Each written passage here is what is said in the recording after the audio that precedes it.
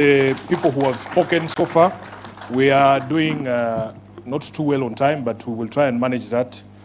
I want to clarify, make it very clear that I am the supervisor that the president was talking about yesterday of this, the implementation of the MOU. I wrote it, I know it by hand. He didn't read it because I'm the one who took it to him. He didn't read it. So I am the one who will supervise the implementation of that MOU. And I was made supervisor by my boss, Raila Amolo Odinga. If you want him to fire me as a supervisor, you talk to him. He's in Bondo. Yeah. So we are the ones who know what the spirit of this document is. And as the governor has said, there is no longer any document binding us with UDA. It expired on the 7th of March. We have said that that extension is illegal. And therefore, nobody can tell us that there is any other relationship that we have. I also watched with a lot of consternation that people would sit in that room and just listen to blatant lies and clap, actually. We want to remind those governors as senators, because they always come to us, Governor Orengo, saying, oh, Sifuna, you and the Senate must push for more resources for us. And then they can sit there. They come and even complain that the disbursements never follow the disbursement schedule that is passed by the Senate, that they are 3-4 months behind in their allocation. Then the president is lying in your presence, saying that disbursements are up to date, and you are there just seated clapping, waiting for Sifuna to defend you. You know, some of these things, Governor, they don't make any sense. Devolution is under threat. I will just mention a few things that have already been mentioned. It is a blatant lie. They brought a document called a budget policy statement. We processed it. The figure there is 420 billion in this financial year, a paltry 5 billion shillings extra for devolution from 415 billion in the last financial year. And then you as a governor, having read that document, knowing your members of parliament in the National Assembly have already passed the division of revenue at 420. Somebody is telling you they will give you 450, and you are clapping. I think the problem in Kenya is worse than we thought. There is a very big problem somewhere.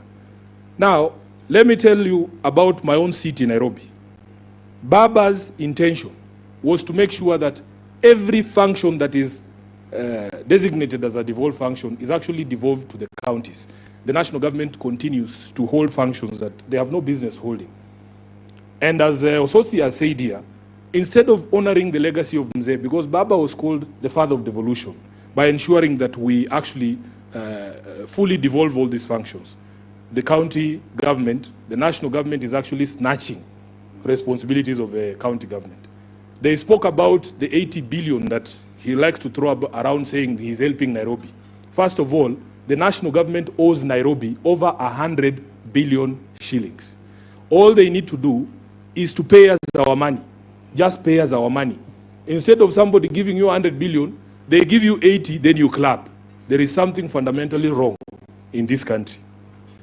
Then, Baba was very clear about the existence of these national government institutions doing county functions. For instance, he was very clear that it is time to disband Kera and Kura. They wanted them dissolved, and that money that they used to build roads handed back to the county governments. That has not been done.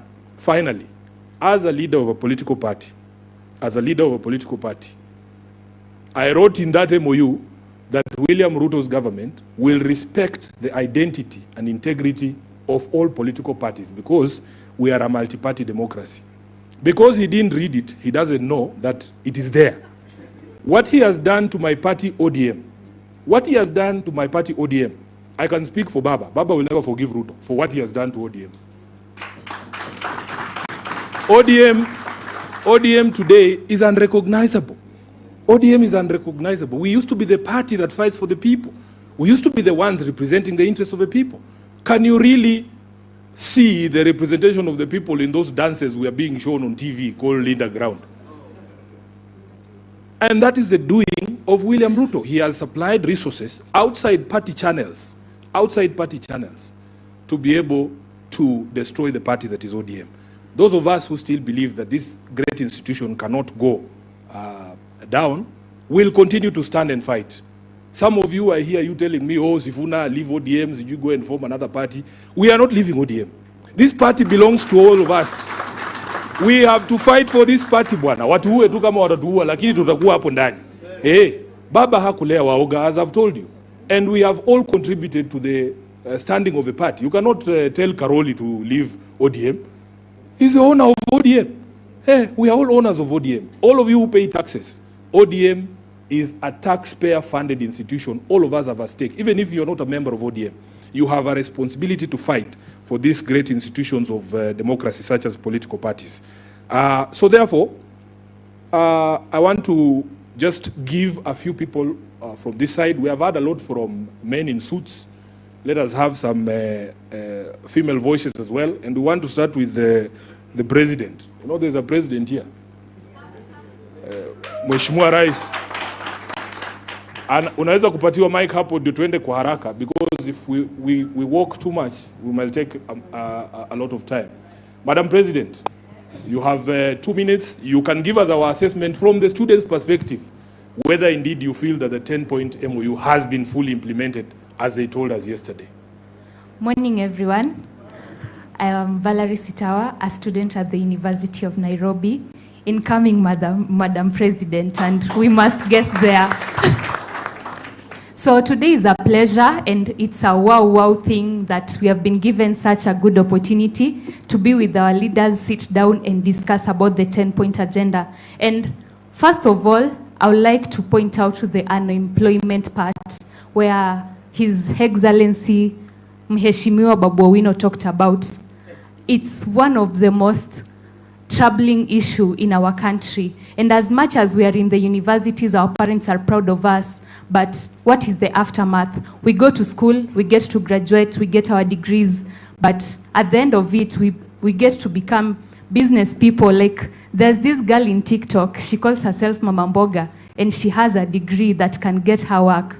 So opportunities are closed for us. We don't have representation. And concerning about education, we are a public university, and sometimes we don't get all the social provision from our schools, and all they can say is they are not getting enough funding, and we are looking up to the government. We are not being catered for education-wise because the government is not there for us, is not giving us a position so that we can also grow and become people like them. Yeah, thank you so much. Thank you very much.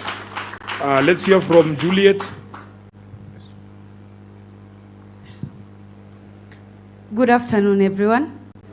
My name is Juliet Osundwa. I'm the national chairperson of the ODM Young Captains. It is a caucus within the ODM Women League. So what I can say is that the government failed to meet its